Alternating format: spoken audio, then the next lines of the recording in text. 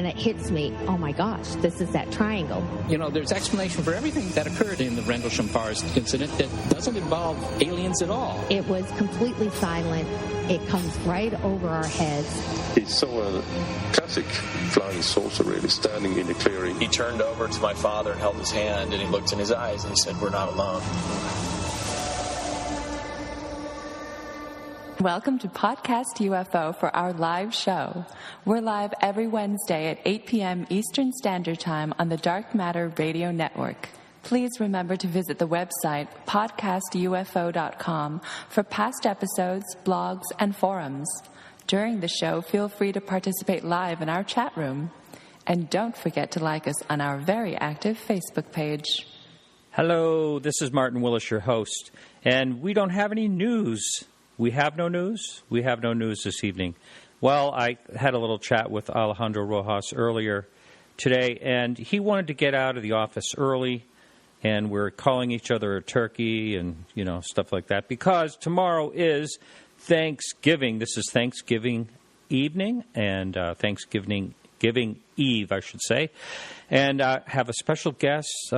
He's helped right at the very beginning of the show. Was with us for a while. It's Michael Lauck. He'll be coming up in just a minute. And he's also an author these days. We're going to be talking about all kinds of things. And he helped with the news for quite a long time and blogs as well. Thanksgiving is tomorrow. It's my favorite holiday. And I don't know why. Maybe because I can eat without feeling ashamed of it or something. I don't know what it is. I love Thanksgiving.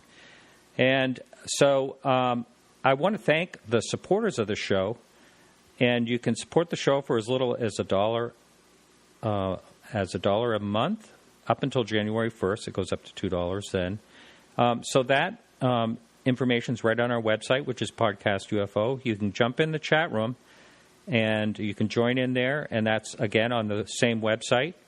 You can call in. Write this number down at 603-967-4030. And please do jump in the chat room if you're listening live. And it's a lot of fun. You can pose some questions. We're looking for some interaction tonight. So we got 2 hours. We're going to be just talking about stuff. And I don't even know what we're going to talk about. UFOs, hopefully, some of it. But anyway, I am ready to introduce our guest tonight, Michael Lauck. How are you? I'm doing good. It's weird to be on this side of the microphone. Well, you're always on that side of the microphone, but I know what you're saying. Yeah. Yeah, like I don't have to worry about anything this time. I don't it can all go wrong and it's not my fault. Yeah, I'll do all the worrying for you. Yeah, you did a wonderful job. You filled in for me when I was in Russia and also when I had surgery the year before. And you have just done a great job. I know we had Whitley Strieber lined up for you. And there was technical difficulties, so that one kind of all crashed. But no, it's I actually like listening to your shows, and I had a couple of people write me emails, you know, telling me to have you on more often than I think they liked you better, and I don't think I shared that with you. Well, I mean, if you are crazy enough just to like me, I do actually have a podcast that is completely non-UFO related. But I do host a podcast about magic called the iTricks Magic Week in Review that does not come out weekly by any stretch of the imagination, but I didn't name the show. And on that, I interview magicians because that's, as you know, something that I'm very deep into, and I used to be a professional performing magician, and now I just am a hack writer about magic. You know, we've had conversations because I had a really close friend that was an amazing magician in San Francisco, and he passed away, unfortunately. But he would just it was almost like mentalism, because I can't really figure out how he could convince me that I was looking at what I was looking at. You know, it's amazing. And what is the difference between, I know we're way off topic of UFOs, but what is the difference between mentalism and magic? Branding, mainly.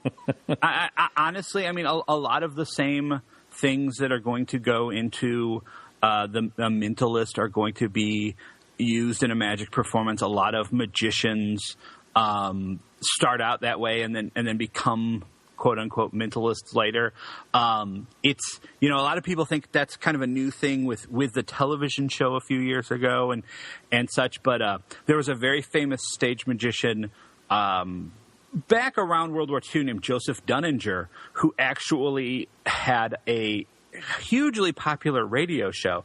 And for everyone who ever thought it was dumb that Charlie McCarthy and Edgar Bergen had their ventriloquist radio show, he actually read people's minds and did magic on the radio. And so you're just kind of left there to be like, oh, the audience is clapping, it must be real. But it was very successful, and it's been around, for a while, and it's just really kind of presentation and branding. There's a lot of crossover between the two. All right, I promise I'm just going to tell this one situation that this guy did. And I have never been able – I've been able to understand a lot of different things, but here's what happened real quickly. I'll try to get through this real quickly. Is he sent me an envelope to a dinner party, but he said, don't open it. He said, and it was sealed with wax. He said, don't open it, just bring it with you. And so I brought it to the dinner party, and he did a bunch of different really amazing things.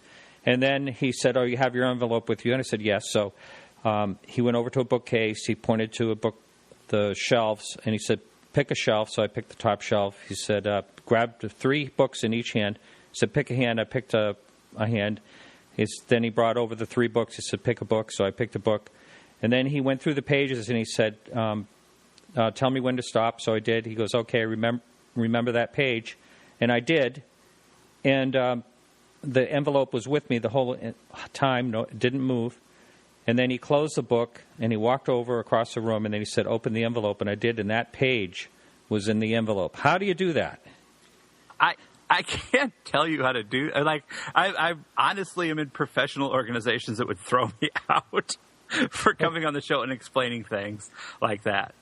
It's that serious of a profession, you know. Okay. But if you do study magic, if you know what it is, I just hearing that, I can pretty much tell you how I did that if I was so inclined. But yeah, we kind of keep secrets and stuff. It's a magic thing. All right. Okay. So now we're going to talk about that is why am I not a skeptic like every other magician in the world seems to be? We could talk about that. Yeah. The Randy. What was this?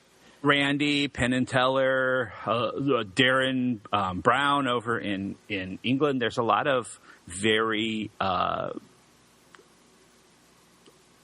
integral members of the skeptic community who happen to be magicians. And then on the flip side, we have Uri Geller. Right, yeah. Which doesn't really help my case ever. Wow. So why do you suppose, because someone understands illusion and I don't want to use the word trickery, but they understand the type of illusion and all that, and so they are skeptical of things that people see and witness? I think it's a few things. I mean, I think a lot of it goes back to the era of Houdini and the rise of spiritualism at that time.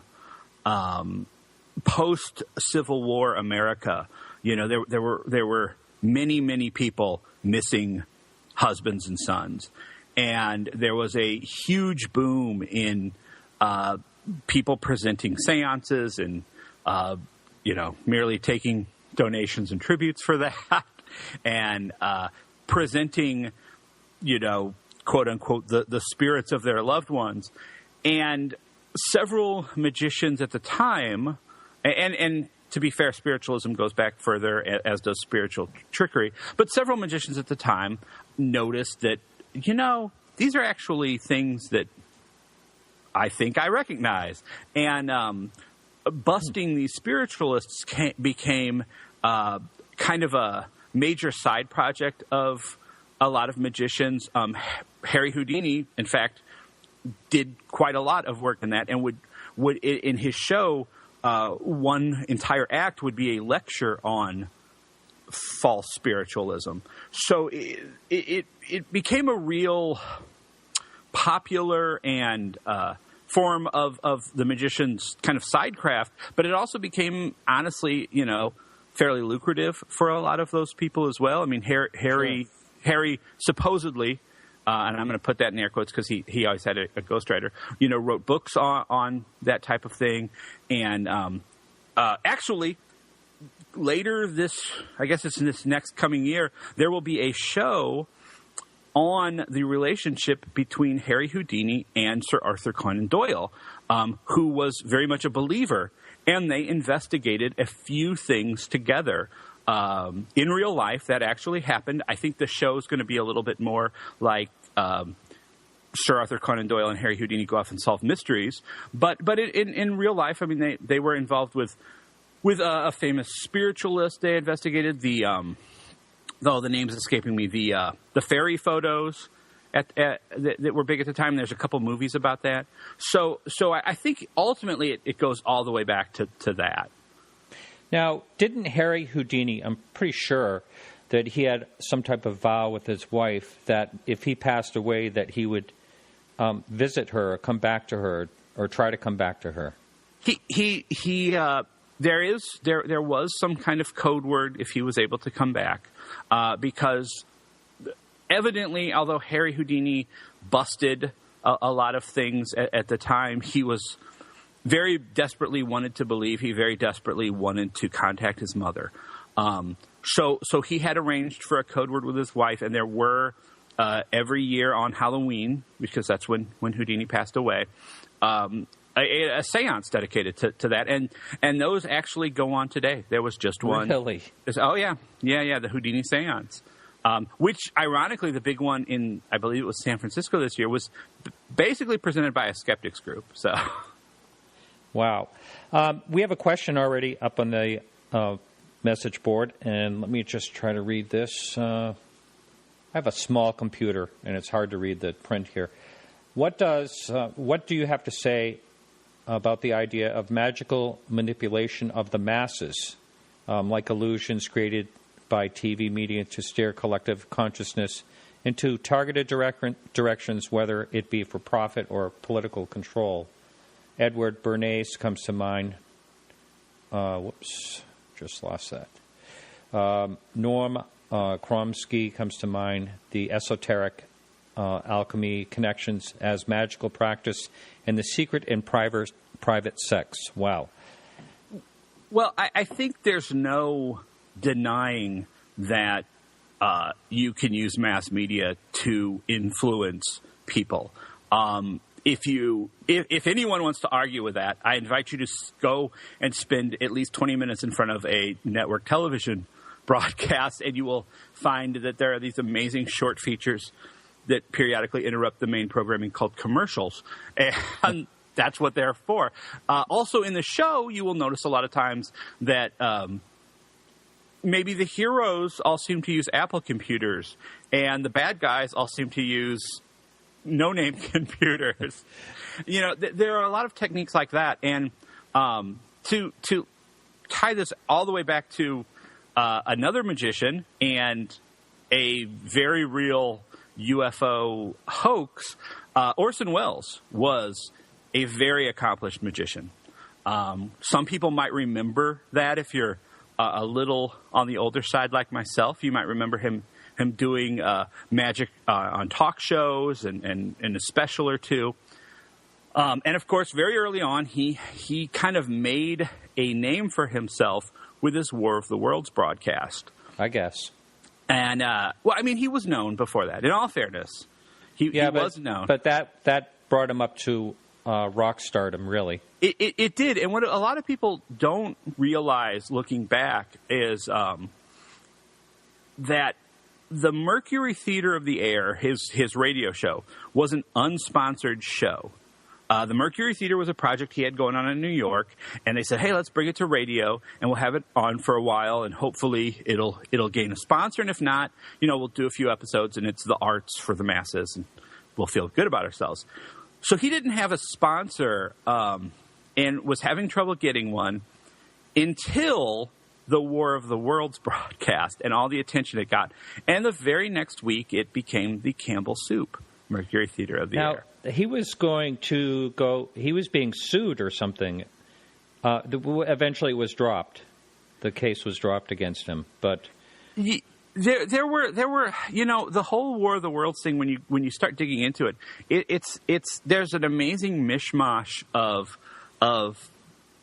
facts and supposed facts and, I personally think there's a real overblown of the hysteria, reporting of the hysteria, because, people who have gone back and looked for it haven't really found much in the way of police reports anywhere for people who, were convinced that the Martians were invading.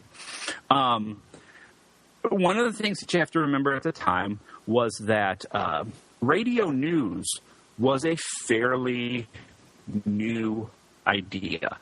And radio news was starting to bite into newspaper sales. The newspapers were not really that fond of radio at this point. And the War of the Worlds broadcast used kind of fake, for a lack of a better term, news broadcasts. I mean, they weren't fake. They were presented in the show. So it was a chance for the newspapers to jump on and go, see how radio misleads people? You can only trust us. At the same time, you have to remember that back in the 30s, there were actually radio listings in the newspaper. If you had looked in your newspaper, it would have said what was on that your local channel was Orson Welles' Mercury Theater of the Air presenting War of the Worlds. So it's not that big of a deal. What supposedly happened, what caused all the issue is that when the most popular radio show at the time went to a interlude between the kind of meat of the show, a lot of people, just like today, start tuning around. And because it was known when that was going to happen, that's kind of when the first of the fake news broadcasts appeared in Orson Welles shows. And I think that he did definitely... I think he tried to stir up trouble, and it worked way better than he ever imagined it would. Michael, we have a little bit of a sound issue. It sounds okay off and on, but I can hear it on this side, and I don't know if you're... you have a good connection? Yeah, and I'm not having any problems hearing you. Yeah. Okay. Well, it seems to have vanished right now. Let's hope it stays that way.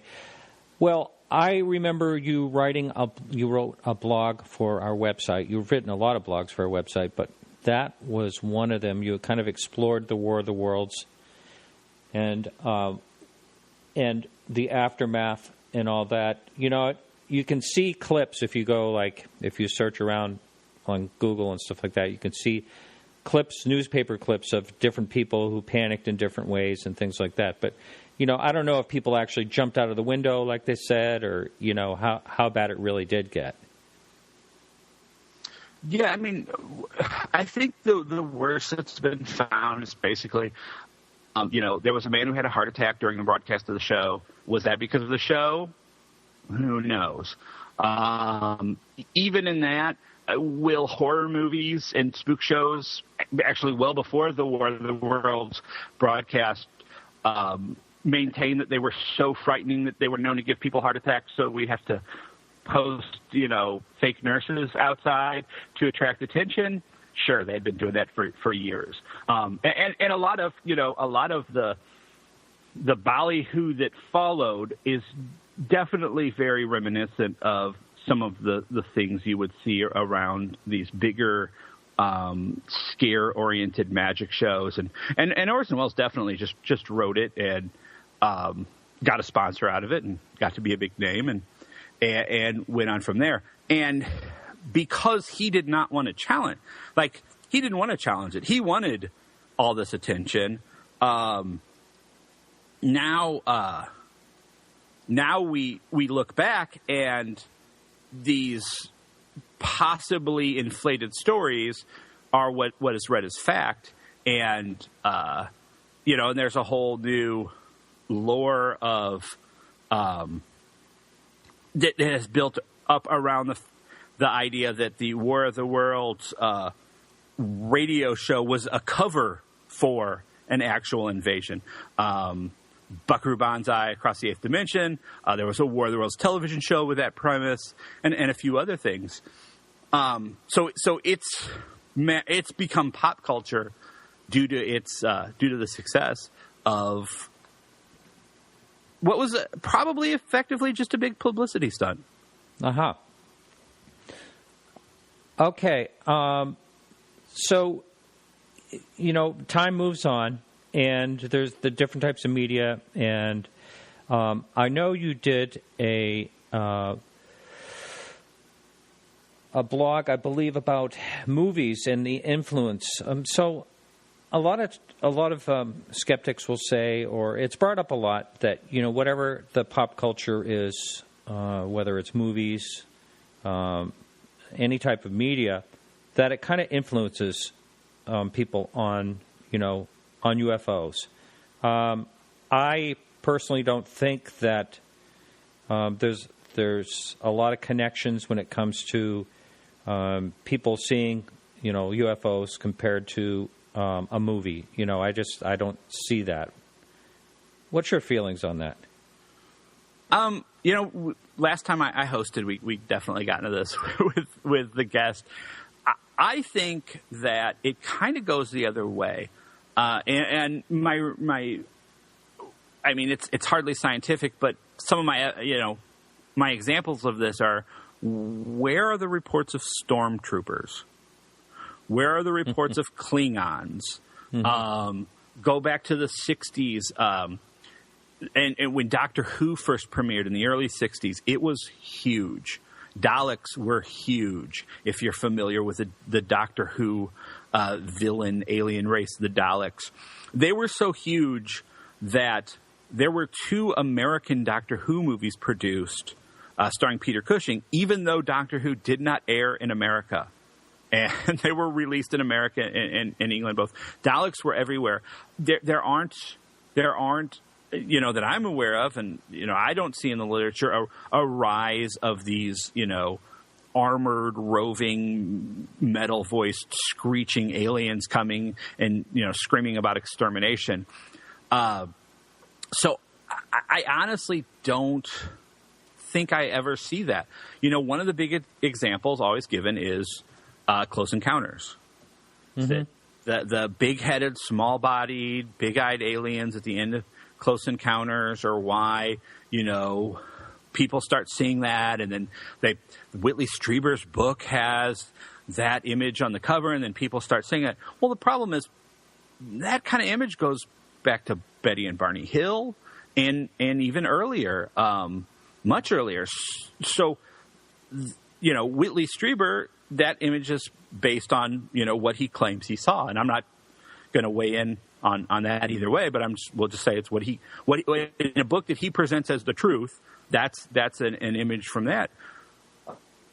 Close Encounters, they were working with people who were investigating UFOs, and that's the alien they chose, because that was the alien being seen. So I think it probably has been working the other way, but it's a convenient rationalization now, because you have to explain why do people in all corners of the world see very similar things, because they shouldn't really when they're from different cultures, right? And totally different languages, and sometimes secluded and all that. Little question up there for you, dipping back into the magic, is do you consider the paranormal at large magic? Well, excuse me. What do you mean by magic? If you mean stage magic, no. I mean, what I do and what I've done is it's theater. It's BS, for lack of a better term. It's me going out and presenting a story in a little bit different way, but that's what it is. It's me going out and presenting a story, using basically my own built-in special effects. Is there magic of the, and I don't mean to be demeaning for people who do believe in the magic. I'm just going to use this to kind of separate it of the Merlin the magician, wizard kind of thing. I don't know. I mean, I have never seen someone who claims to be a magician who seems to be able to do anything that impresses me.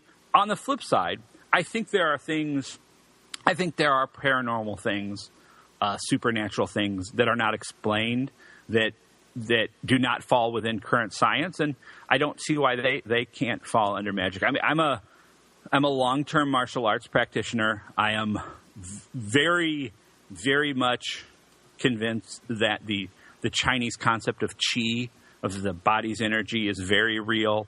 I have seen it used as a weapon. I have seen it used for healing, and it breaks out of the mold of what your normal, hospital doctor is going to expect. So is that magic? The ability to manipulate your own, as of yet undefined, energy in the body? Yeah, maybe that does fall under magic. So I mean, I think that there are things out there. I'll state right now, I believe in UFOs. I believe in ghosts. I believe in Bigfoot. I do not believe in the Loch Ness Monster. Yeah.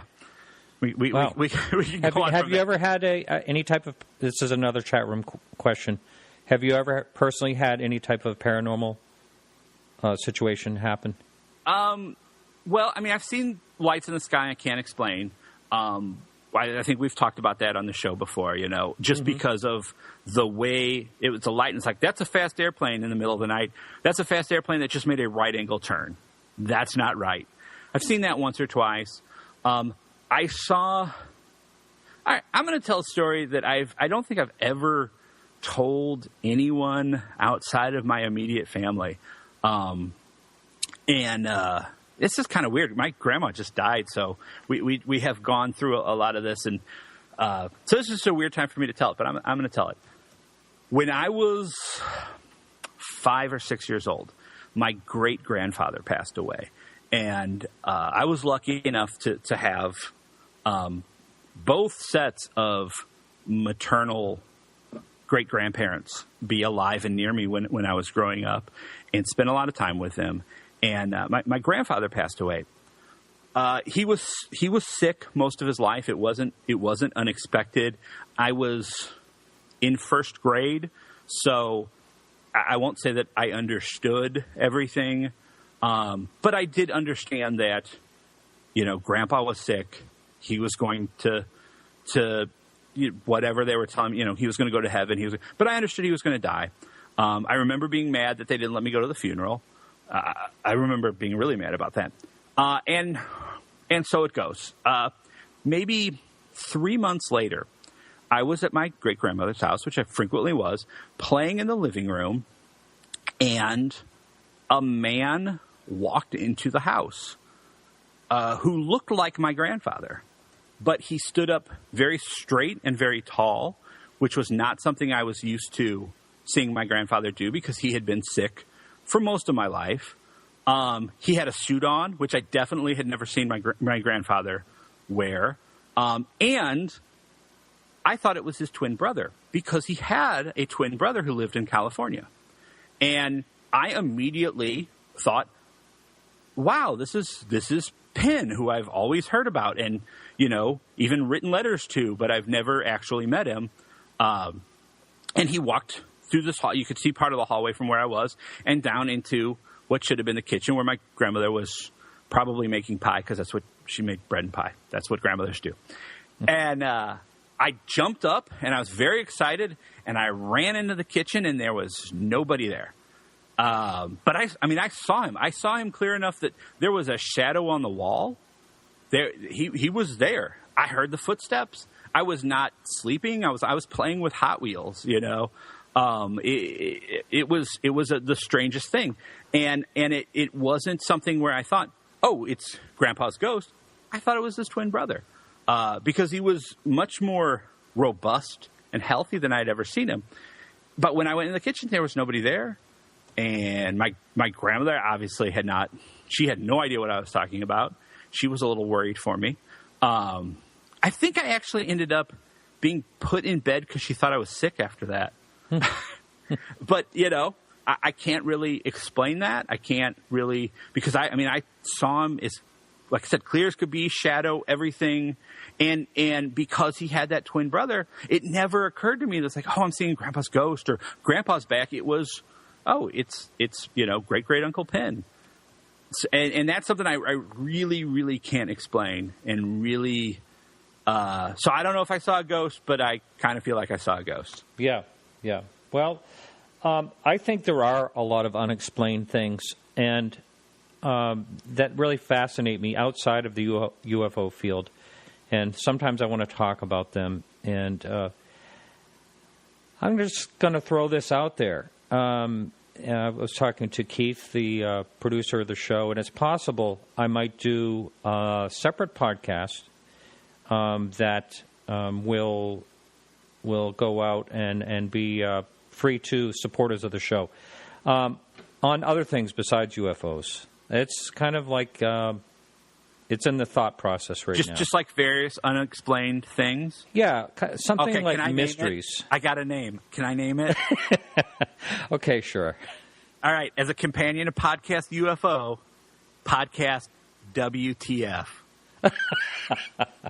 Well, there's the WTF Mark Maron. It's the number 1 or number 2 podcast in the world. He, you know, and I actually know Mark had quite an argument with him once, and he would probably come after me if he knew that if I use that.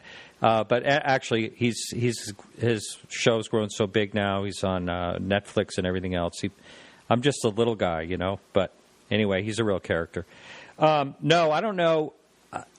I like mysteries, and I like to talk about. A few weeks ago, I talked, you know, about astronomy, and that probably drove some people crazy. But I like that type of stuff, and I want to be able to talk more freely about different things. And I don't want to go fringe at all, nothing like that. I just want to just talk about mysteries.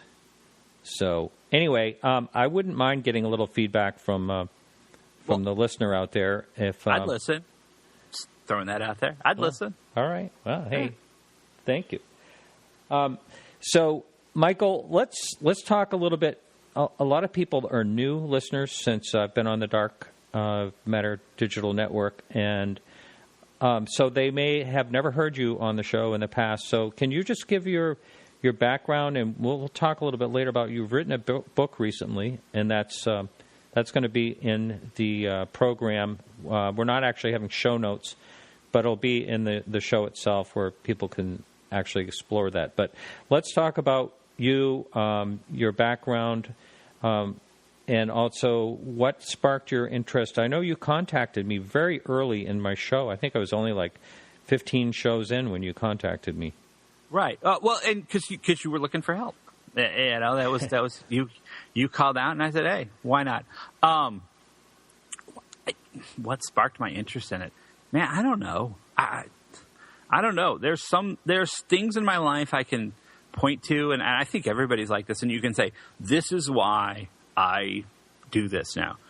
You know, I mean, I've mentioned before, I think probably, if not here, definitely other places, when I was, again, very young, probably about 7, I saw the movie Billy Jack.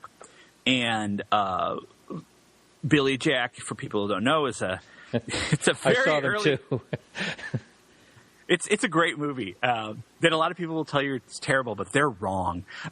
Billy Jack is played by Tom Laughlin, is a half American Indian, half European descent, tribal police officer, ex-Green Beret, Vietnam War vet, who is just trying to protect these hippie kids who have this hippie school on reservation land from the rednecks around them. Yeah.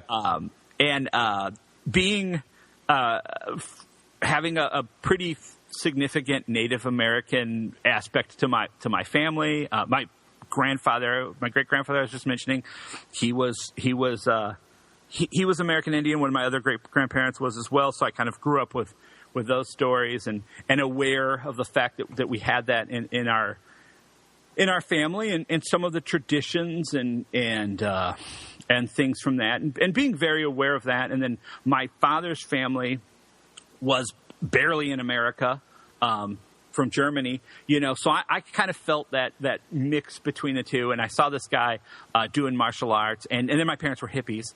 And it was a perfect storm. And I'm like, at that time I remember just telling myself, I'm going to learn martial arts. And I did. And I've been teaching martial arts for about 2 decades now. And then I can say that's how that happened. I can't say this is where I got into UFOs. This is where I got into. I have no real idea. I watched Star Trek when I was a little kid. I was bored by it most of the time. I was waiting for something more exciting to come on. A good part of it, because Star Trek is, low on action and high on concept in a lot of the original series. Oh, there's some people you just really pissed off just now. What? Hey, the Trekkies. I love Star Trek. I spent all day. I got a new smartwatch yesterday and spent all day figuring out how to make it look like the LCAR display from Next Generation. So, I love my Jeep has a command insignia on the back of it. I love Star Trek. But when I was a little kid, Star Trek is not it's not aimed at kids. It's not It's not Lost in Space or anything, and let's be honest. And I don't know that that's what sparked it off. There was a show. I turned off the chat room because I'm afraid that might have been what was causing the sound issues before. So I'm not seeing the chat room anymore. So if anybody knows what this was called for sure, throw it out at me. But there was a show in the late 70s, Sunday nights, I believe, network television, because what else was there, about Project Blue Book investigators. And I think it might have been called either Blue Book or Project UFO. I've seen some clips. I've seen some of the episodes. Yeah, and I think the name changed in syndication as well and was different in other countries.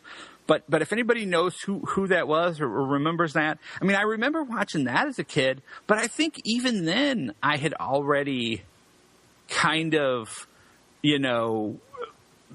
was falling on the UFO side of things. Maybe it was In Search Of with Leonard Nimoy, scaring the crap out of me when I was little. Like that's a scary show when you're like 5, man. Project UFO, maybe? Yeah, I think that was, if not the original name, the syndication name. I think that sounds right, because yeah. I know in some places it was called UFO, but in other places that interfered with the Jerry Anderson show UFO. So they had to, but yeah, and it was, as I recall, because I have not seen it since I was little, but it was made with the government's kind of consent and assistance, or the Air Force. And so I think they always solved it. I think it was always it was like Scooby-Doo. At the end, they pull the mask off. They're like, "Oh, you damn Blue Book investigators and your dog." And it's like, yeah, they have a film strip and a crazy whistle, and they make, fooled everybody into thinking there's a UFO. But, I just don't know. I don't know. I just am. Yeah. Now, I just looked at it. It was running, I think, in the late 70s. So that's probably right. So anyway, if anyone wants to call in, we'd love to hear from you. It's 603-967-4030. And if you're listening live, you can jump over to the chat room, and that's at podcastufo.com. It's 2-click sign in. Michael tried to sign up, but he couldn't. I think it's the NSA was tripping you up or something. Well, and now I tried to get on with my iPad, and my iPad won't connect to the internet, so we might be having some weird issues here. I know there have been some storms, and there's been a lot of utility work in my neighborhood, so I don't know what's going on. I'm just hoping that everything sounds right here. But I would like to, if we could take a second, explain why I stopped writing blogs, because I haven't really stopped. I just hit a terrible roadblock. Okay. All right. And this might anger some people too. It's the shaver stories. I had this brilliant idea one night, and I don't even remember what the last blog I wrote was, and I remember writing it. I'm like, I'm thinking about the next one. Maybe I'll read those shaver stories, and I won't research it. I'm just going to read the stories, read what was presented, and kind of say figure out a take on it, almost as if it was, presented fresh for the first time, because these things have endured for 70 years. And it turns out the shaver mysteries are my kryptonite. They are killing me. They are terrible.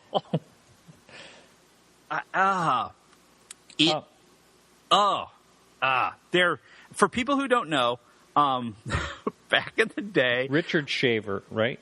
Richard Shaver started sending in these stories. Supposedly, there's some weirdness about all that, even. Because the early ones say like they had to heavily edit his manuscript, and he told the story of acquiring the racial memories of these people from a past civilization. And the first story was titled "I Remember Lemuria." And it grew from there into this, through many episodes, or many issues, not episodes, of amazing stories, more and more stories about the Darrow who lived under the earth and were actively eating us and working against us, and the remnants of Atlantis. And it was another thing that caused a pretty substantial flap at the time. For years, people would talk about this on the old Long John Nebel radio show. I mean, there are books about it now. People argue, people will throw out, if you listen to shows like this, every now and then you'll hear somebody throw out the Darrow like they're, a definite factor out there. So I wanted to dig into that and see what's the meat behind these stories. Plus, I love old pulp stories. I mean, I'm a huge fan of Robert E. Howard and Walter Gibson and writers like that. And I thought this is going to be awesome. This is going to be a piece of cake. But it turns out it's just pure insanity and terribly written. And it's killing me. And I think part of what it is, it's presented as if it's a real story. But that's not the first time that's been done. I mean, Edgar Rice Burroughs maintained that the John Carter stories were about his uncle. I believe, it's been a while since I read it, but I even believe that the original foreword to Dracula, Bram Stoker claims that he has all these letters. It's an epistolary novel, so it's all in letter form and newspaper. But I believe he has this thick notebook of these strange events. That's not. It was a literary device that had been used before. And then there was the language, and I think that's kind of what cemented a lot of people in was Shaver sent in this language that you were supposed to be able to divine the real meaning of words based on the sounds in them. And the magazine just prints it and says, "Oh, we've had it checked out, and it works in every language. It's amazing. It works in Chinese. It works in this. It works in that." And it doesn't.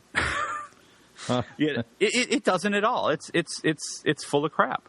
And I mean, you can check that out pretty easily just by looking at Chinese being when I read that in Amazing Stories, it's like, well, let's put some of this to the test, because Chinese is a language family, and it has two really big, distinct dialects you hear of a lot: Mandarin and Cantonese. Mm-hmm. Yeah, and people will say, well, at this point, Peking became Beijing.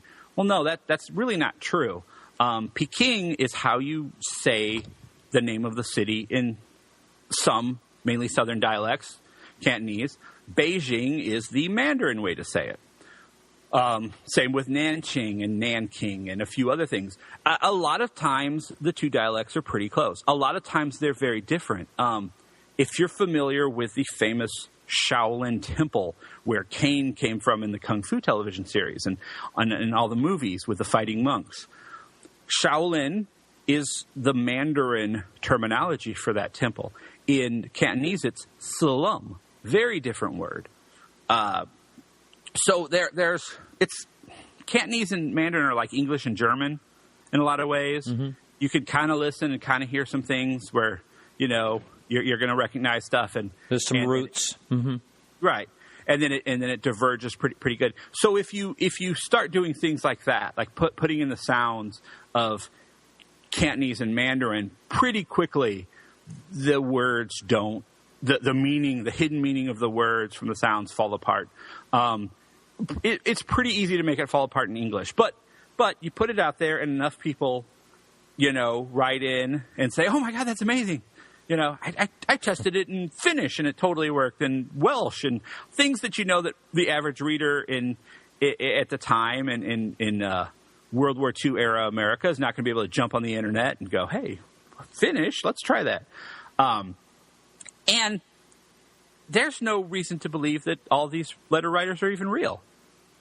Because you could easily back then get away with faking a letter writing campaign of support. Oh, yeah, sure. Yeah, so once you take apart the language and say, okay, this definitely isn't right, and then you start looking at the stories, I just don't understand why people are still following the Shaver mysteries. Well, you have written about like George Van Tassel and Adamski and all that. You're writing a lot of times these blogs for the podcast is just an objective look and without judgment, and let the reader judge. I try to sometimes, but this one, man, I can't. I can't buy it, and I can't read these stories anymore. They're trying to be crazy. All right, move on to something else then. Yeah, they're. I mean, in the second or third story, Shaver escapes from jail with the help of the descendants of Atlantis, and at no point does anybody say, "Hey, we've been looking for this guy who was in prison, evidently for murder." That just seems like a gaping hole to me.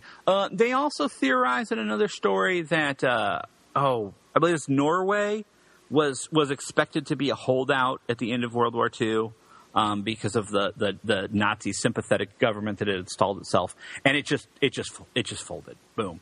And that was probably because the descendants of Atlantis, working with some hardy Scandinavians who sent in a story that reads suspiciously like Shaver's writings, even though it's supposed to be written by these Scandinavians. They met the descendants of the Atlanteans and the Lemurians, and they turned on a ray that just made all the bad people in Norway die. And so the theory was that all the hardcore Nazi sympathizers died, and that's why we were able to just march right in, and that's how that there was no big battle there. And I'm like, yeah, that makes total sense. Yeah, and I don't know if you've seen all those World War II documentaries about the day that all the Nazis just fell over dead in Norway, but it's insanity, and I don't know. Like I said, I don't know why people are still following that one. That's definitely one I'm going to put in the no pile, and let people now call me a disinformationalist again. Yes, that. Someone actually called you that one time. I know. I almost had business cards printed. You're second cousin of Richard Doty. Maybe. Yeah. You know, in digging in doing more writing the last few years, for you and for iTricks and other things and magic, I wrote for a e-magazine called Top Hat and just other stuff. One of the things I found out is that Lauck is not as uncommon of a name as I am used to it being, and there's some notorious neo-Nazi who runs around and it's not even his real name. He adopted the name. And so I occasionally come up against that one. So yeah, I understand. Yeah. Wow. So you had a sighting, didn't you?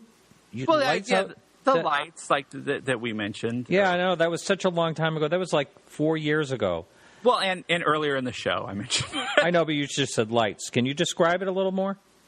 I was laying on the couch watching the Jeffersons, waiting for my first child to be born and freaking out, which I think a lot of guys could kind of sympathize with that. Like just that last 3 months of the pregnancy, I was just like, holy crap, who's letting me be in charge of a tiny human being? Yeah. I don't even pay my bills on time half the time because I forget. How am I supposed to change diapers and feed people? It's like I just leave a big bowl of food out for the dog and let her fend for herself. And like you get weird mortality things going on, and so I was having a lot of trouble sleeping. And I remember I'm laying on the couch watching the Jeffersons. It's like 3 a.m. and there's a window right there where you can see out up high and over the fireplace window, like you will find in older brick houses. And I don't live that far from downtown St. Louis, so you see helicopters, you see things like that.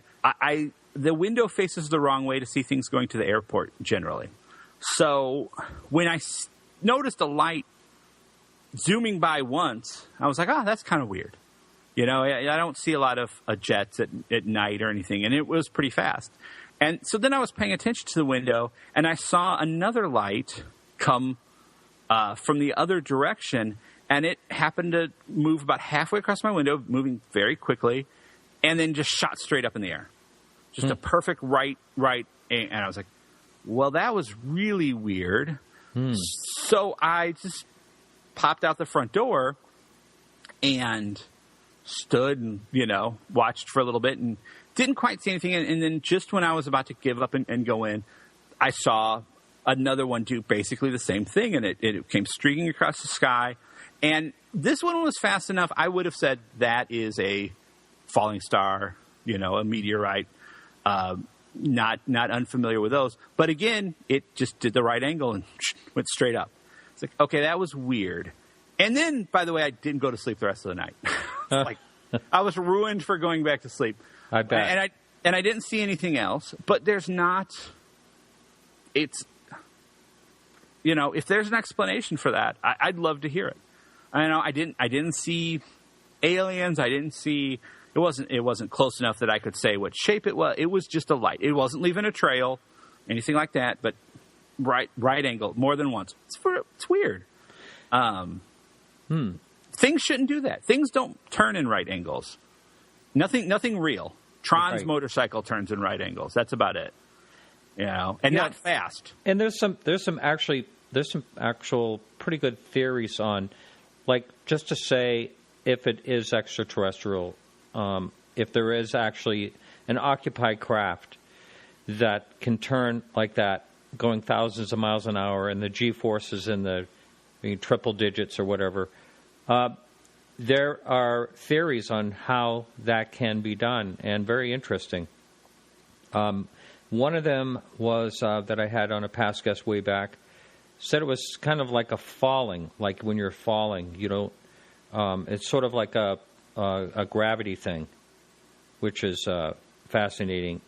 Because if there was actually something in that on our gravity at a right angle turn like that, of course, they turn into Jell-O instantly. So I don't know what that is, but that is an interesting sighting, and you do hear a lot about those right angle turns. Yeah, and I think most of the people I've talked to who have seen things, that's what it is, and it's just like I didn't think anything of it really until it did that, and then you're like, how can that happen? Oh, Michael, before I forget, we're coming up on the top of the hour, and the second hour we'll talk. I think you said that you wanted to actually interview me type of thing. Yeah, I would like to ask you some questions for on behalf of the audience. I think people would like to know a little bit more about this Martin guy who comes into our ears every week. Kind of boring, but okay. But didn't you write a blog about Kecksburg? Probably. At some point. I think you did. Probably. So, the reason I'm bringing that up is I just got a breaking news situation about Kecksburg this evening, and going to have John Ventry, who you talked to, Pennsylvania MUFON director. Oh, yeah. Yeah, he'll be on the show coming up. I'm trying to get him to be on the anniversary, which is the 9th, coming up on December 9th. That is the 50th anniversary of Kecksburg. But you know what? I'm going to pull this up and just read real quickly. This thing, this celebrated thing every year, it's celebrated the anniversary. But basically, I'm going to quote here from John. I was contacted February 2015 by Owen Eichler in regards to his theory that on December 9th, 1965, Kecksburg UFO incident was potentially a crash and retrieval of a GE Mark II re-entry vehicle.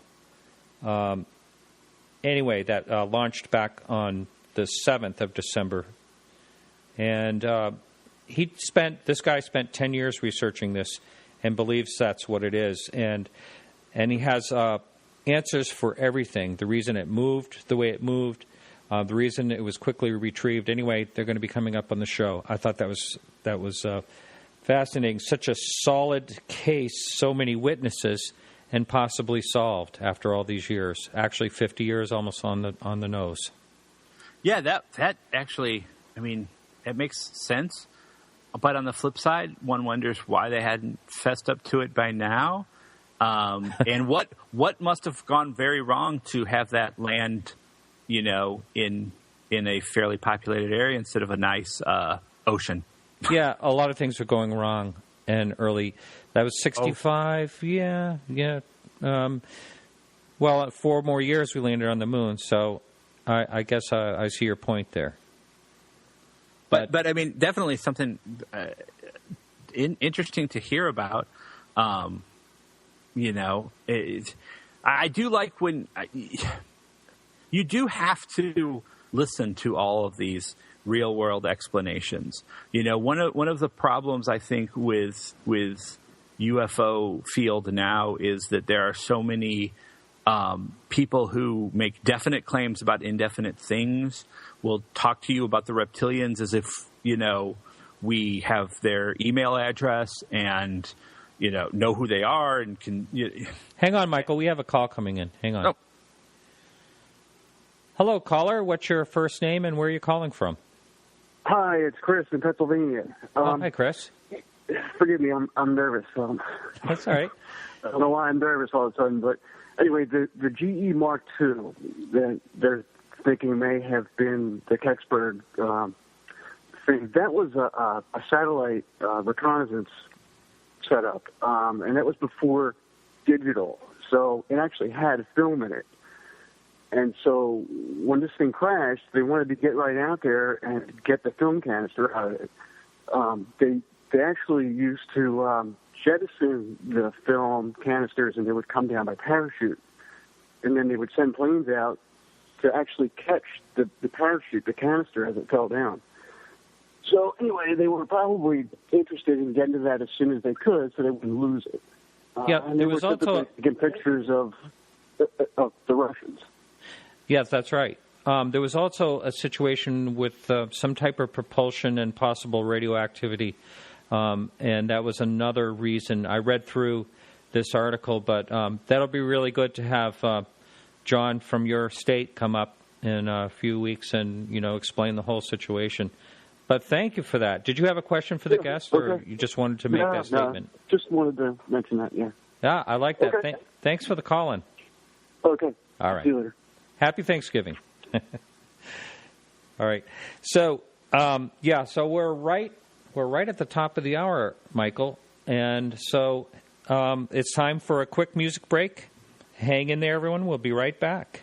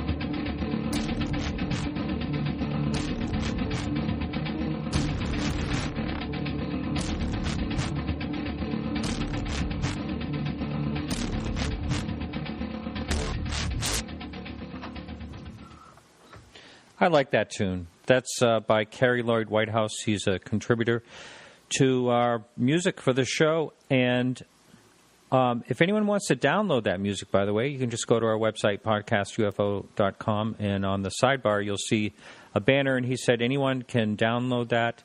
He created this album in memory of Andy Fleming that used to do our astronomy news on this show. Anyway, that's right on the website. And Michael, are you here? I are here. Okay. And happy Thanksgiving evening, everyone. Boy, I don't know why I'm tongue-tied when I say that. Thanksgiving evening, everyone. Yeah, since you heartily endorsed Thanksgiving, can I say, is there anybody else out there like me who just hates Thanksgiving? I'm sure they're a holiday hater. It's the only holiday I like, and it's a great American holiday. And it was just like I can't remember when Canada had theirs, but there was I had a show on that Thanksgiving evening, and everybody was talking about Lee. One of our guests said that he ate so much turkey that his bathtub had stretch marks, as he put it. He's a character. I always like to see him in the chat room. Yeah, so, how is I can't get to the chat room still. How are there people out there? Are they listening? Yeah. Do you people have questions for Martin? I am trying to get on to get to where I can at least see what's there, because we're gonna ask Martin some questions here in a minute. Okay. I'm just looking. I'm trying to read this one for you here. Oh, anyway, no questions up there right now, but people are welcome to go in. And so, Michael, we're going to get into Kecksburg. We're not going to talk more about that because I do want John Ventry to address that coming up. But I think it's an interesting how something like this, after all these years, can be solved. I don't think there's going to be a lot of the big cases, and I considered Kecksburg a big case. I don't think there's going to be a lot of them that are going to be so easily solved. This wasn't easy, but it totally makes sense when I read through it. Yes, and one of the fun things about this field is that you will read something every now and then and go, oh, that makes total sense.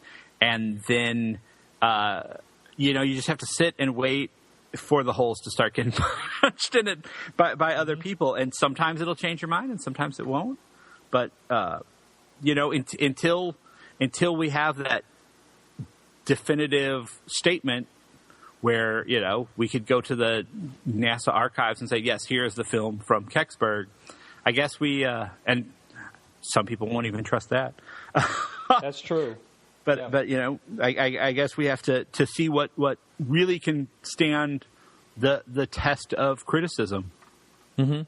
Well, if people take, like in science, for instance, their theories are only as good as until they're disproven, and people in the science field realize that.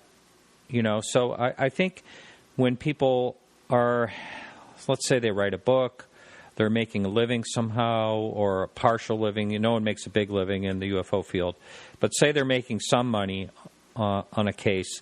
They've studied it. It's their bread and butter, so to speak. And all of a sudden, new evidence comes up. They don't want to know about it. They don't want to believe in that because their bailiwick has just been smashed. I think there's that, and I think, people also get their pet theories and want to defend them. And theories do, often need that constant defense. It's funny that you talk about scientific theory. I had a friend point out not too long ago about how they believed in science, and when people say, "Oh, well, that's just a theory," that it curls their toes. But it's like it is true that a theory is not proven, and a lot of theories work really well, but still aren't quite right. Newtonian physics is the perfect example. Newtonian physics works really well for a lot of stuff while you're on planet Earth, and you can use it to make very, very, very accurate approximations of what is happening in the world around us. It's not quite right, but it's good enough, and because it's good enough, for hundreds of years it stands up. But it's not actually correct. It's partially correct, and people have to. Even proponents of science have to remember that a really good working theory can not be quite right, but still really, really look good.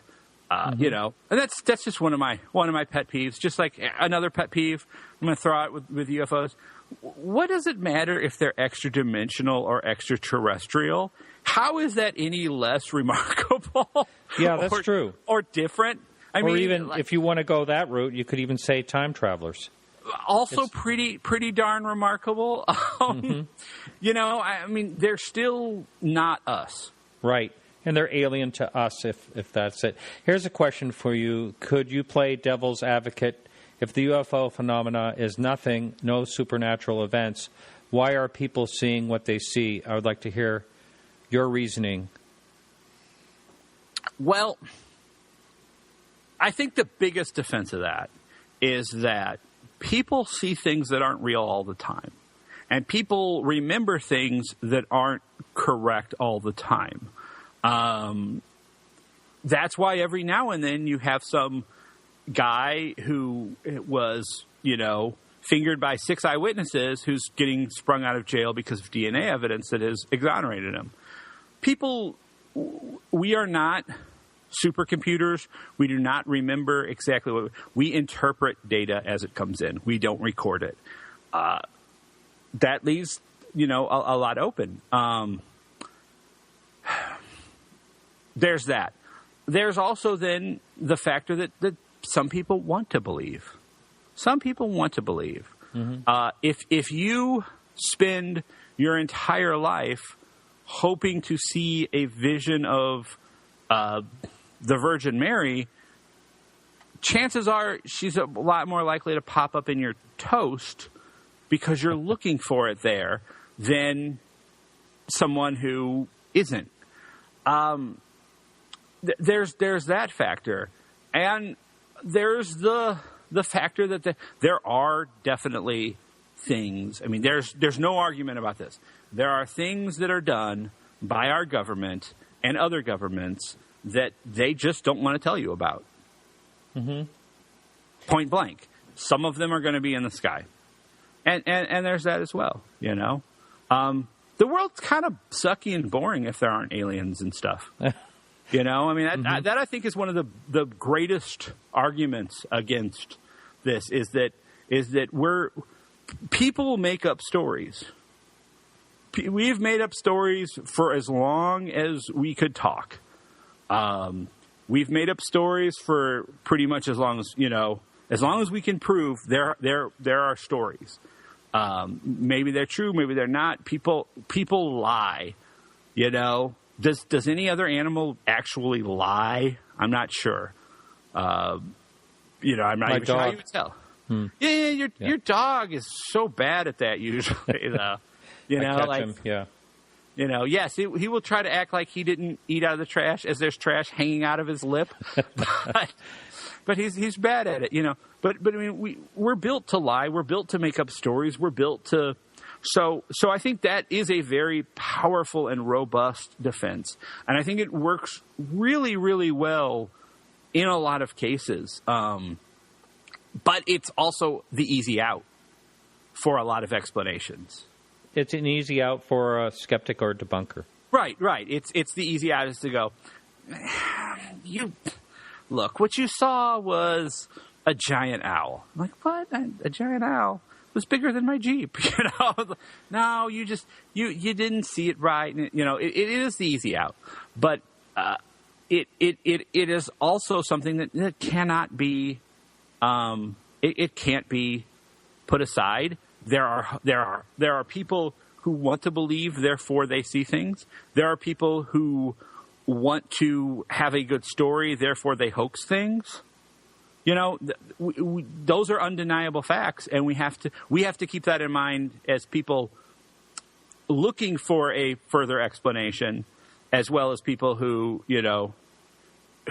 think they already know the explanation and that there's nothing to it. You need to keep in mind that doesn't cover everything. Right. I think it was, Michael Shermer was on, I don't know, maybe a month ago now. And sharing his UFO stories. He actually shared a paranormal alien abduction thing, but he said it was because he was dehydrated and had rode his bike across country in 30 hours straight without stop or something like that. But anyway, he point blank, I was shocked at this, called Travis Walton a liar. It wasn't like he wasn't sugarcoating it. He basically said, I think he was lying. So I was shocked. But that is the easy out because you're right. We are liars. That we're.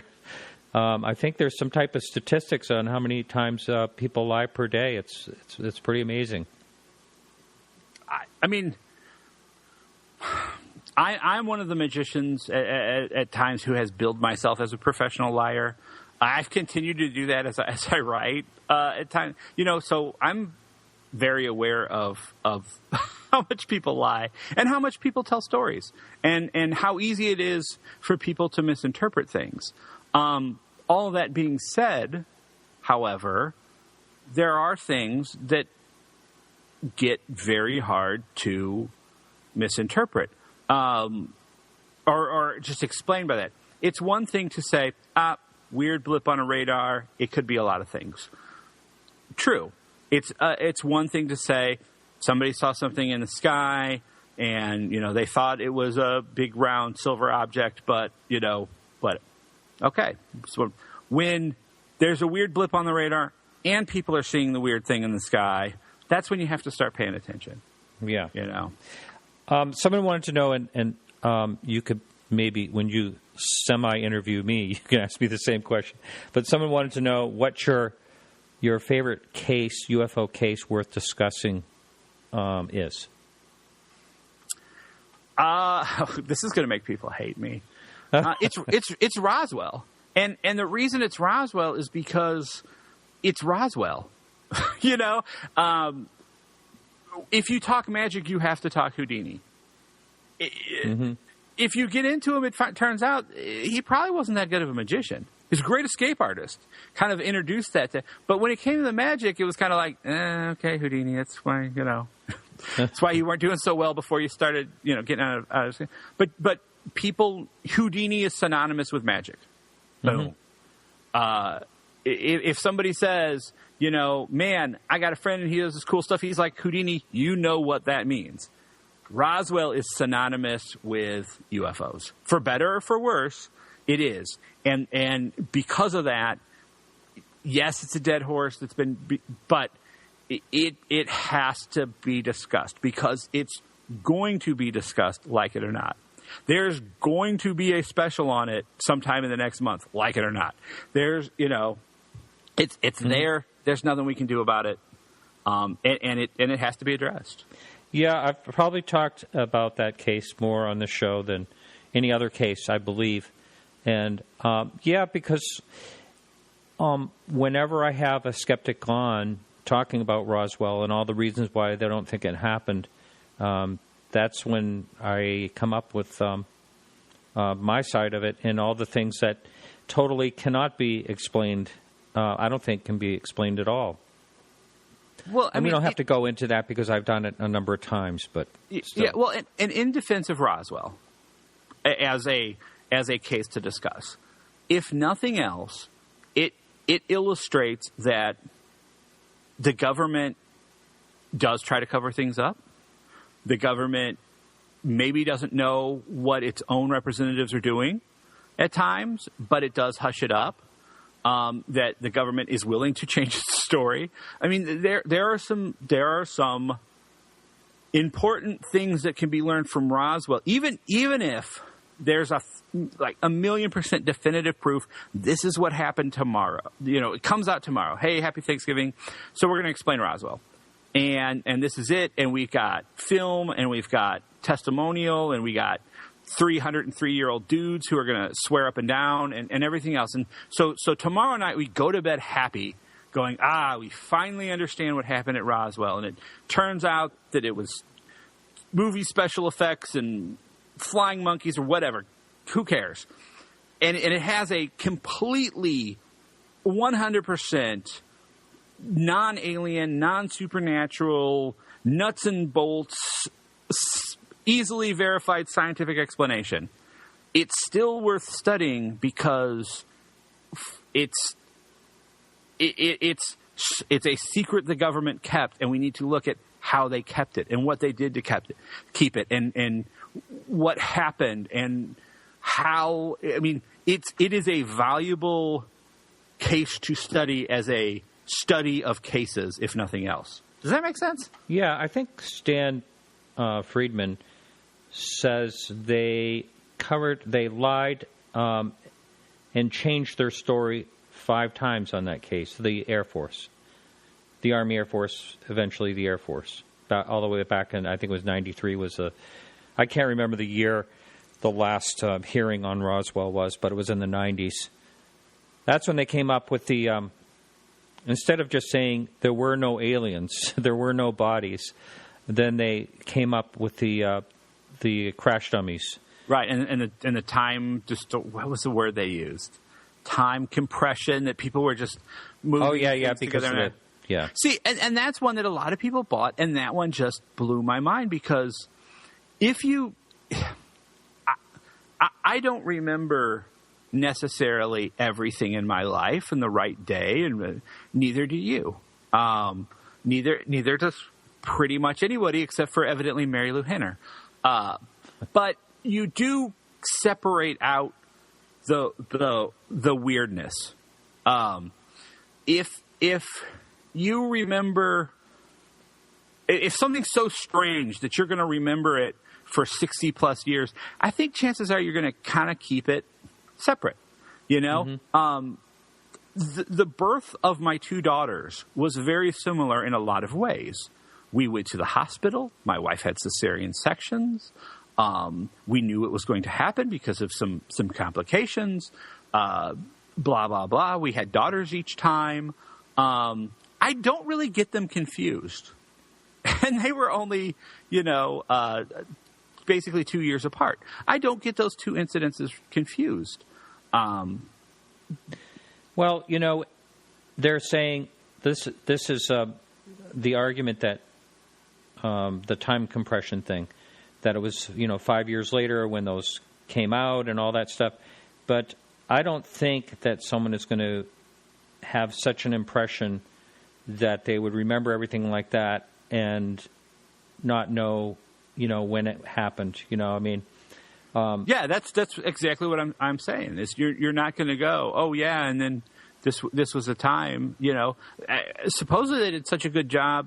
It was such a non-issue originally that people forgot about it. So why would it seems it's like I said, it's a master case in what the hell is going on. So it's always going to be worth looking at, just to see. Yeah, a lot of it has become sort of diluted with myths and things like that. But I think the core fundamental story will carry on, and it'll be almost timeless, I think.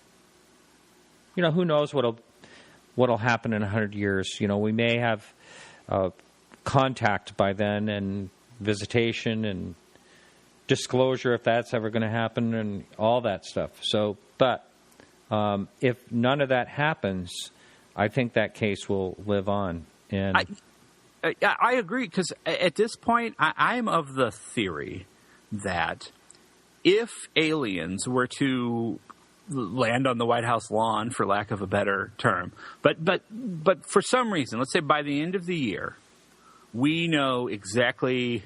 Yes, there are other civilizations, and they can travel here, and they've made themselves known, and there's no arguing about it, and it's like V or whatever.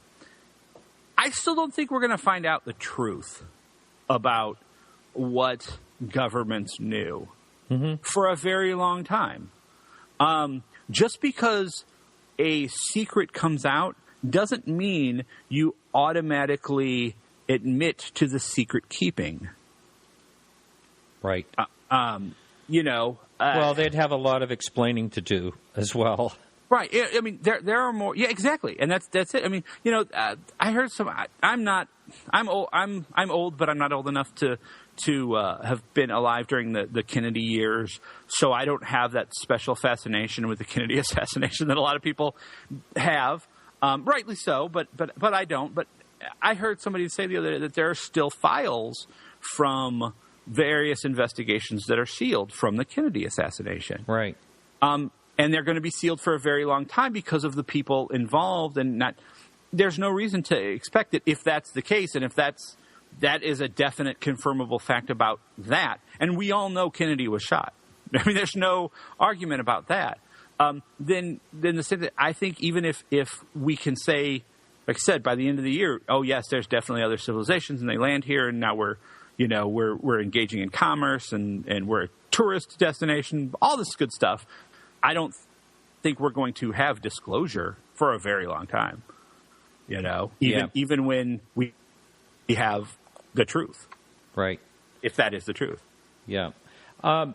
Before, now you wanted to sort of interview me before we start that. I want you to talk quickly about your book, because I know it's, again, way off the UFO topic, but I want you to be able to plug your book, Michael, so just talk about it quickly if you would. You got it. All right. My book is called The Grand Tournament. It is, I put on the cover that it is a wuxia-inspired fantasy tale, and that is basically what it is. If you are interested in your standard kind of sword and barbarian fantasy things that we get in the West, The Grand Tournament is based on the kind of stories like that they have in China. So a really good summary is it's a book that reads like a kung fu movie. I'm also, like I mentioned, I'm very active in martial arts. I've been teaching it for a long time and studying it for an even longer time, and broke a whole bunch of bones and have sword scars, which not a lot of people in this day and age can claim, but I do. And put it all into this first book. Grand Tournament is available on Amazon, paperback or ebook, under my name, Michael Lauck, Lauck. My writing website is called swordsandrayguns.com, and I hope people will visit that. It's that sums up, like, I dig the old pulp stories. If I read a science fiction story, I like the Lensman series by E.E. Doc Smith. I don't need to know how everything works any more than I need to know how my Jeep works when I turn it on and drive down the street. You know, I just need to know that, hey, I can drive down the street in my Jeep. Everything's okay. So I kind of hearken back, I think, a lot in my writing to that older pulp style.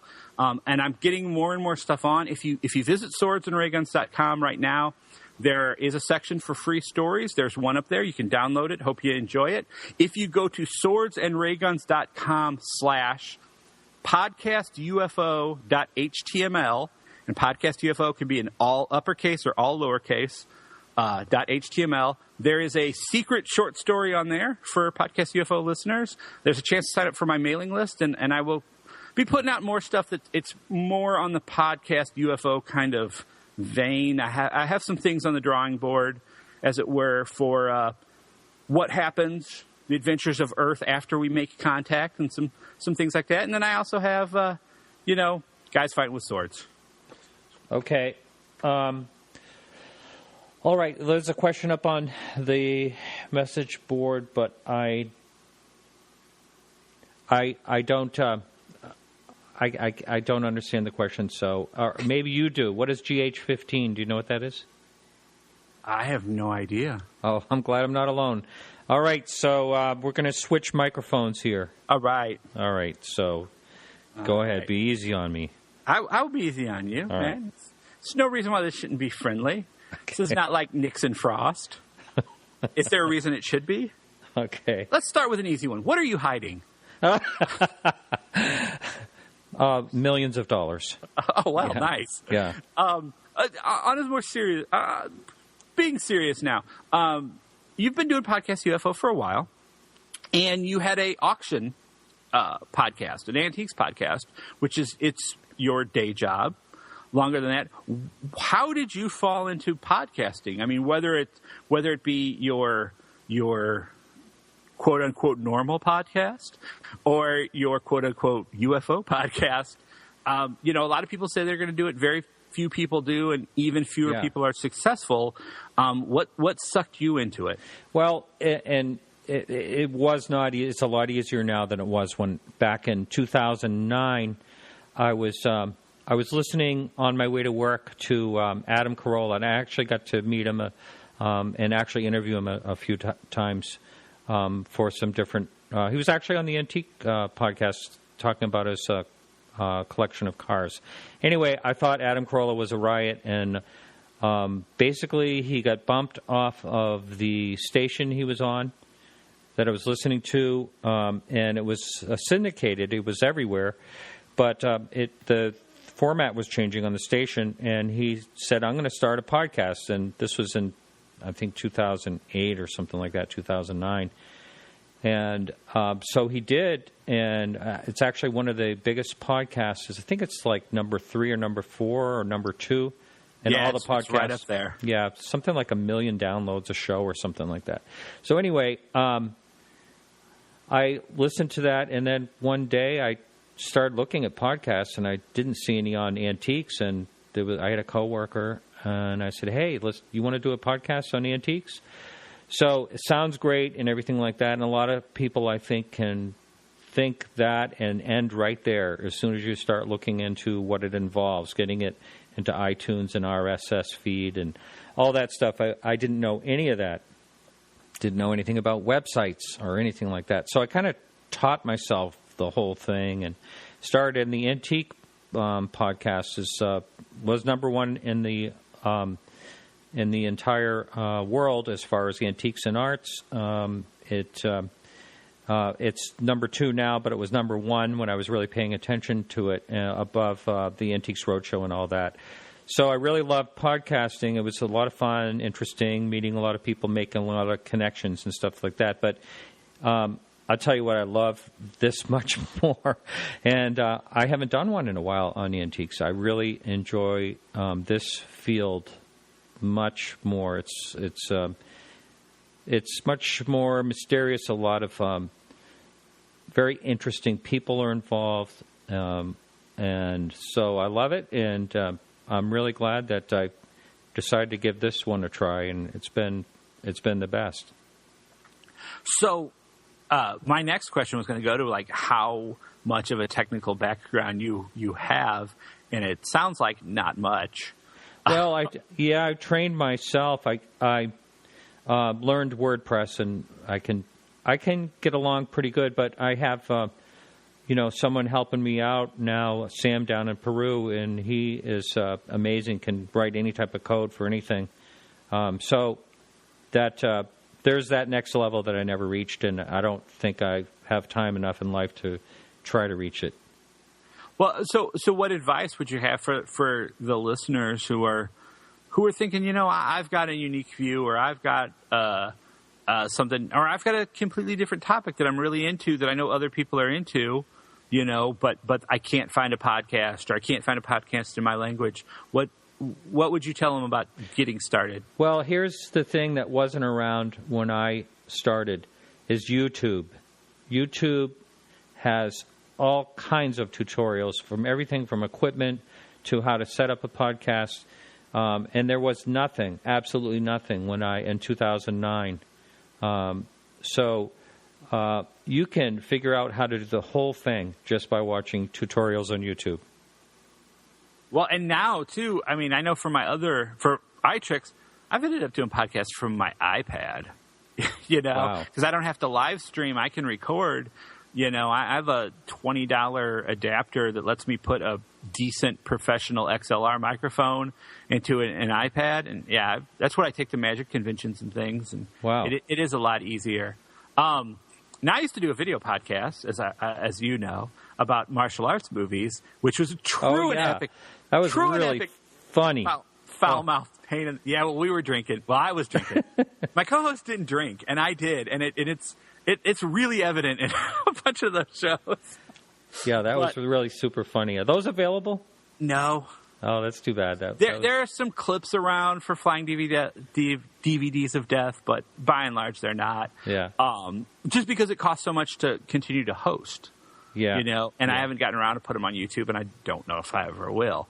But that being said, and as you were, looking into or are building your own studio there in the house, is there any chance of adding the webcam, having the video podcast? Geez, I never thought of that. And I was speaking off air that I'm building a new studio on my property, and the walls are up, the door's in, it's going to be sheetrocked, and it's going to be a nice little cozy studio, and equipment's coming. It's going to be better sound, so I'm investing into the show. And I appreciate the support I'm getting. If you're listening to this part of the show and it's not live, then you are a supporter of the show, and it's because of you that I'm able to be able to do some of this, and hoping it'll just keep growing. And so was there... I didn't answer your question, did I? You did not. I haven't really thought about it. I mean, I don't know if anyone wants to just see me talk, you know. Are you wearing pants now? It's unusual, but yes. That's good. Yeah. That's good. So am I. It's a good day for everyone. Yeah. No, but no, I'm really looking forward to getting into that studio because I've had, here where the dogs barked once and, things like that. So I'll have my own. It's a separate building and it'll be nice. Didn't you secrete yourself in a closet at work to record the news segments with me back in the day? I did. I forgot all about that. Wow. Yeah, that's right. Locked in the janitor's closet like R. Kelly. That's right. How about that? Okay, so we'll take video off the table for now. Something that I've badgered you about in private, I'm going to badger you about in public. Can't wait. Yeah. When are you going to write a book? A book? A book. Well, that's right. You did say that. More than once I've said that. Yeah. I'm an armchair ufologist. I listen to other people. I don't think I have enough to, unless I spin it like other people's stories, interesting people. But I don't know if I have enough material to actually write a book. I'm going to keep it nice and short, that answer nice and short. But I think you'd have an audience. I'm just saying, throwing it out there. All right. I'll think about it. Is there... Someone says on the message board, because I can't spell. So, yeah. They actually have software for that. They'll fix that. It'll I've got your emails. Yeah, that's right. Yeah. I've got your emails. Now I can't remember what I was going to ask him next. Thanks. Thanks, people. Hey, what's the number? This is your time to call in, and you can ask Martin a question. Oh, yeah, 603-967-4030. Anyone has a question for me? Sure, call in. Why not? Yeah, call in. This is your chance. This is what I wanted to open it up to everybody, because I know, we listen to Martin every week, and we're like, what's this guy thinking? He lives out in the middle of nowhere in the snow. That's right. We have just a dusting. We've had just a wonderful fall this year. It's been wonderful here in New England. Because I know there are times where you're like, oh, there's like. But last year sucked point blank. And when are you going to hurt yourself again so I can host a show? Because even when you don't hurt yourself, like, oh, I'm just going on vacation, you end up hurting yourself. That's right. Oh, on vacation. That's right. Yeah. No, we'll have you back to do a show. Wait a minute. Someone just had a question for me. What's it like being inside of the UFO circuit? That's a question up on the message board.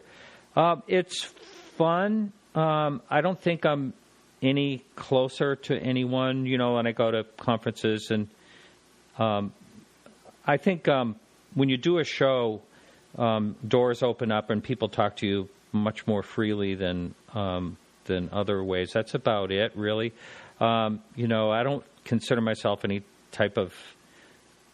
special person or any type of celebrity or anything like that. I just enjoy doing the show, and so I'm approachable. I just feel like some people think otherwise, but I like to talk to anybody about it. That's funny, because I was going to ask you if you find yourself as part of the UFO media is maybe not the best word, but we'll call it the club. The club when you go to conventions and such, or is it that you're just a podcaster and it's there's the guys that write books or the guys who have television appearances? Is there a pecking order? There could be, there may be, but no, everyone's really friendly to me, and but I don't go into any of the conferences thinking that I'm anything different than anybody else. Sit at a table. When I was in Phoenix, it was great because a number of people listened to the show. came up to me and like, oh, wow, so it was a lot of fun. I love connecting with listeners when I go to places like that. When listeners come up, how many of them are like, what's Alejandro like? Oh. I was so disappointed he wasn't on tonight. I wanted to talk to Alejandro. Oh, yeah. He is. He's great. He's really a lot of fun. He's funny, and our conversations off air are even funnier. But, yeah, it's a lot of fun. Well, he's a good guy. You're a funny guy. And you casually drop here and there. You mention things. Oh, yeah, I used to know the guy who did the voice on Aquatine Hunger Force. Yeah, I used to, you've done stand-up in the past, right? Are you still doing anything like that? Are we going to... No, I've written some jokes that has gone to a comedian, and he's actually paid me to write jokes. So I do a little bit of that now, and I've been working on possibly doing a little more stand-up, but I don't know. I always find excuses for actually driving down to Boston and doing that. It was easy when I was on the West Coast in San Francisco because there was so much going on in the whole Bay Area. You could go out to 5 different clubs in one night if you wanted to and do stand-up open mic, Right. Yeah. See, and I bet that's something a lot of listeners didn't know about you. Yeah. When are you going to be on Last Comic Standing? Huh? Let's get that on. No. It's not that big a part of my life. I did a podcast called Comical Cast. It's gone now, but I interviewed all kinds of really interesting comedians, and that was a real fun podcast to do. Yeah, actually, to be honest, you were supposed to mention that when I asked you about podcasting, so I had a natural segue for these questions. Hold on. Hello, caller. Welcome to the show. Say your first name and where are you from? My first name is Sam. I'm from Peru. Hey, Sam. We have another caller. The next caller calling in, Jaffe, you're going to have to hang on a minute, please, and call back. Sam, how are you? I'm doing well. How are you guys? Great. Thanks for calling in. Now, are you going to ask me a question, or are you just calling in for some other reason? No, I'm going to ask you a question. I was going to ask who would be your dream guest who you may have not had on the show. Well, I think the one coming up, James Fox, has been kind of a dream guest. But also, I would love to have someone like that Art Bell has had on recently, a couple of people on, like, wow, I'd love to have them. I'm trying to think of the Japanese physicist that was just... Michio Kaku? Yeah. I'd love to have someone like him on. Or Neil deGrasse Tyson, even though I've heard him really bash UFO people before. But still, someone like that, those are kind of like the ultimate. Actually, someone was trying to get Shirley MacLaine on, and I would love to have her. A lot of people think she's absolutely crazy when it comes to UFOs and stuff like that, but I'd still, for entertainment value, I'd love to have someone like that on the show as well. That big fish. Well, what you should try to do is get Shirley MacLaine and Neil deGrasse Tyson on the same show. That would be something else. Sam, I want to thank you while you're on the air. Thank you so much for all the help you've done. You've helped. Sam's helped out with the show. He helped set up the pay platform we have, and I was talking about you earlier, your code writing and everything. I really appreciate all your help. No problem. Glad to help. Well, I'll let someone else call in. You guys have a good night. All right. Thanks, Sam. All right. Talk to you later. Yeah, thanks for calling. While we wait for another caller, or is there one lined up? Jaffe was trying to call. You're welcome to call back if you'd like, but go ahead. Yeah, call back. And while we wait for you, you took some of the air, I think, out of the sails of this with your announcement tonight that you're gonna branch out. But I was wondering if you ever felt like you handcuffed yourself a little with titling the show Podcast UFO. Yes, I did. Yes. That's a really good question. I'll get to that. Hello, caller. You're on the air. Whoops. Hi, Martin. How you doing? Good. You know what? I just think I hung up on the entire show. I'm sorry. Can you call back? Absolutely. I'm sorry about that. Sorry.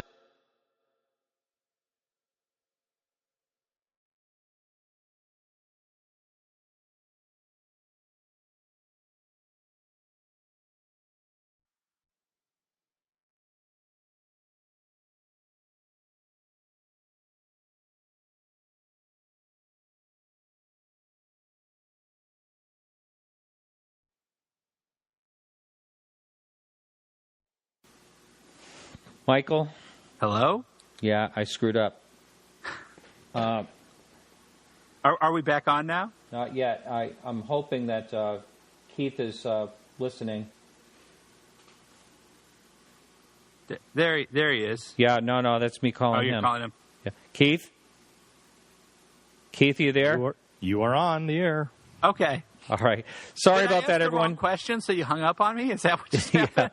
No, it's this computer's too far away, and I clicked the wrong button, and I apologize for that. Jaffe, you're welcome to call back. And sorry, live listeners, we had a little dropout right there. Again, proving that Martin is really not that technical of a person. That's correct. Yeah. So why don't you go ahead with the question, and Jaffe should call back. Right. Well, my question was, if you've kind of handcuffed yourself with podcast UFO as a title, are there other things, obviously some of these mysteries you talked about earlier, but are there other things, even maybe political topics or news topics that you wish you could get into? Is there anything, you're passionate about that that maybe might be another show in the future, or is just something that you wish you had a platform for that you don't now? Well, that's a really good question. And the show I addressed earlier that I'd like to do, but I guess there's one thing that I kind of lately it's been really festering, and so I guess I'm going to get it out there, and it has nothing to do with UFOs or anything like that. But one of the things I think in humanity that we have been totally selfish in the last, say, 60, 70 years, and for say, a span of 100 years of using nuclear power. I know there's going to be a lot of people not liking me talk about this, but I don't like nuclear power. They say, yes, it saves greenhouse gases and all that, but we are putting the burden of waste, radioactive waste that can kill people, for 250,000 years into the future, just for our 100 years of use. And I'm telling you that I just can't imagine how we will be viewed as in the future, because we're passing this to that boils down to 9,000 generations have to watch the waste that we are creating right now. And that's only a nuclear power plant can only last for 100 years at best. So for 100 years worth of use, we're putting the burden on our future. And it doesn't matter to us because we're here for a short time and we're just taking care of our selfish needs. And I think it's horrible that we're doing that. And I don't think enough people talk about it. People talk about nuclear power and maybe it's unsafe or whatever, but they don't talk about the waste. You hardly ever hear it. And that's what I think is the worst thing humanity is doing right now. There, I said it. And, I am passionate about that. I wouldn't do a show about it or anything like that. But that is one thing that has been bothering me that I feel that no one talks about. Wow, that's a little heavier than I was expecting, but hey. Yeah, has nothing to do with UFOs or paranormal or anything like that. And I'm not going to bring that up again. I just, I'm being interviewed. You asked me that question. That's right. And, yeah. That's right.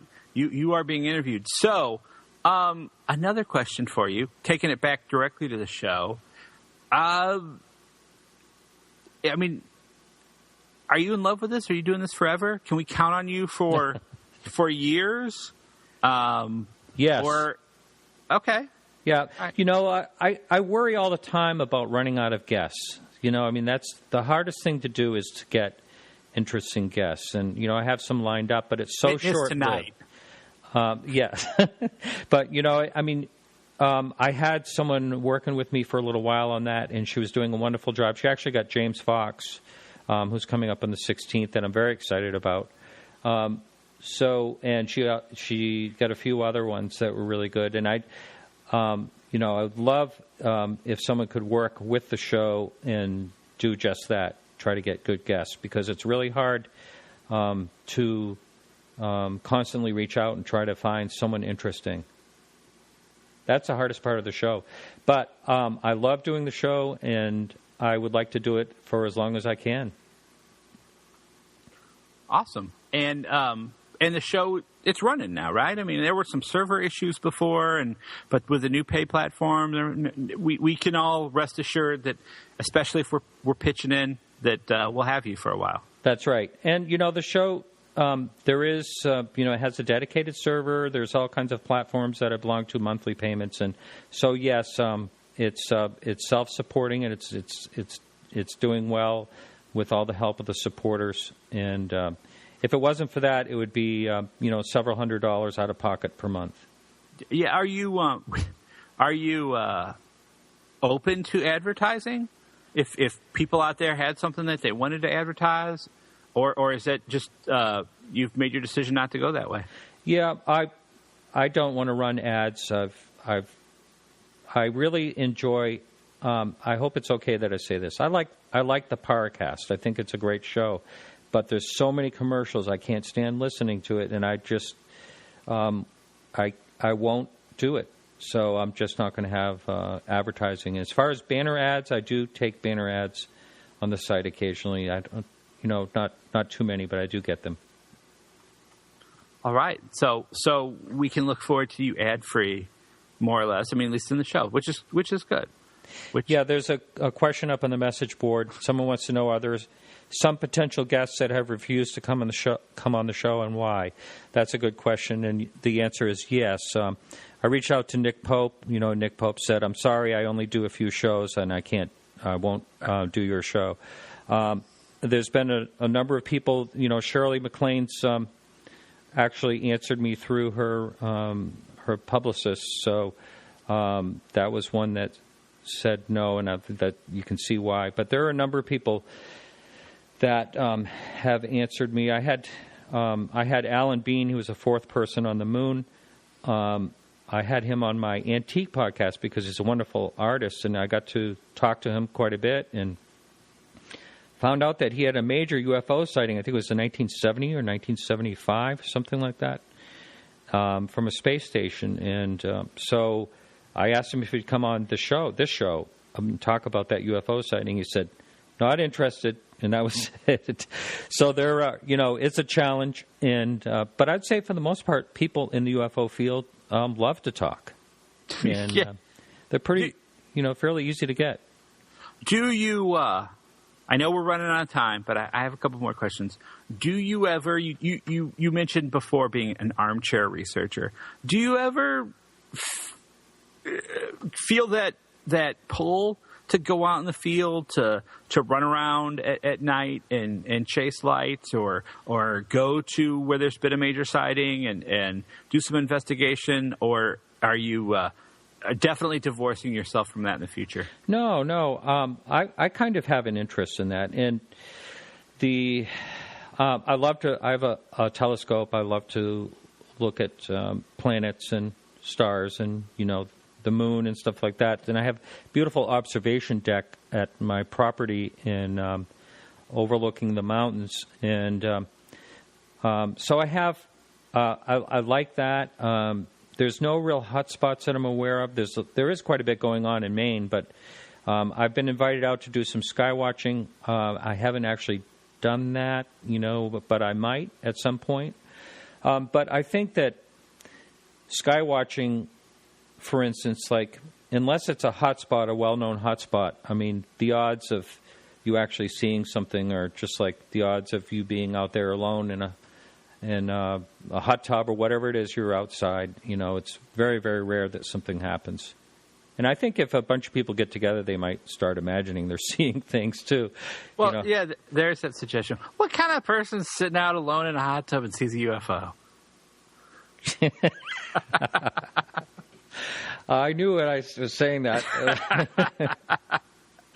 One of the most amazing things I've ever seen in my life in a hot tub was not the UFO, was the fireball I saw. And that was just the most amazing thing because it flew right over and you could see it. It was turning and sparks flying off of it. It was just amazing.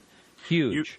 You realize that many listeners now are screaming at their computers that if that's the most amazing thing you've seen in a hot tub, you might be using your hot tub wrong.